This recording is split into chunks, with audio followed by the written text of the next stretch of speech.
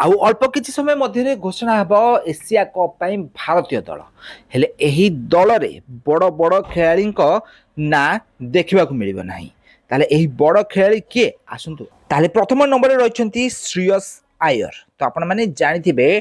IPL रे श्रेयस आयर कैप्टेनसी रे Kolkata night Riders को विनर करते आउ एबे तांको कैप्टेन रे पंजाब भी मध्य फाइनल पर्यंत पहुंची पारथिला तो एबे श्रेयस आयर फॉर्म बहुत बढ़िया रही से आईपीएल भी मध्य बढ़िया परफॉर्मेंस करते किंतु वर्तमान भारतीय टी20 दल में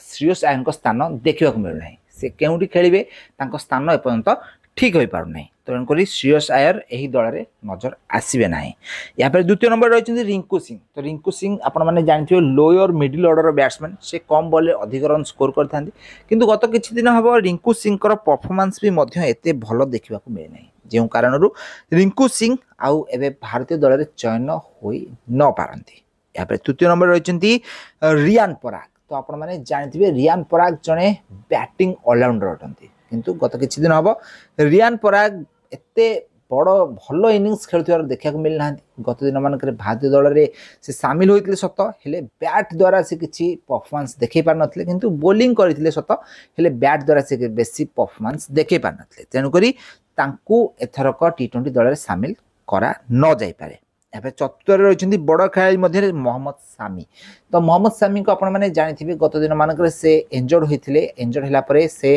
ट्रिटमेंट होता परवर्त समय आईपीएल को आसते आईपीएल से एते खास प्रदर्शन कर पार नथिले तेणुक सामी एथरक टी20 क्रिकेट रे भी मध्य देखा न जाई पारंती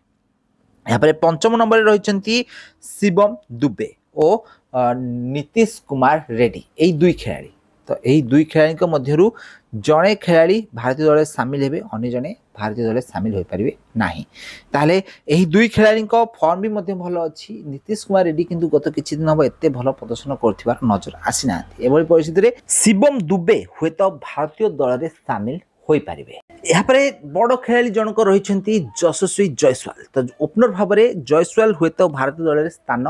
न पाई पारंती कारण आपण मैंने जानते गत किछि दिन हम अभिषेक शर्मा और संजू सैमसंग भारतीय दल में बहुत भल प्रदर्शन कर ओपनर भाव में तो से यशस्वी जयसवाल को हुए तो भारतीय दल में स्थान न मिल पारे अन्य पाखे साई सुदर्शन भी जड़े भल ओपनर रही तो सी आईपीएल भल प्रदर्शन करते किंतु भारतीय दल में स्थान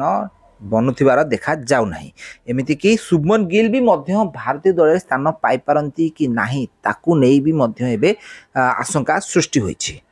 तो भारतीय बड़ बड़ खेलाड़ी माने एबे एशिया कप रे स्थान पाई परिबेनी जार जबरदस्त फॉर्म गत दिन मानक देखा मिली मैच विनिंग इनिंग्स खेली से टीम को जितैछंती किंतु एशिया कप रे एही खेलाड़ी माने एबे स्थान न पाई पारंती।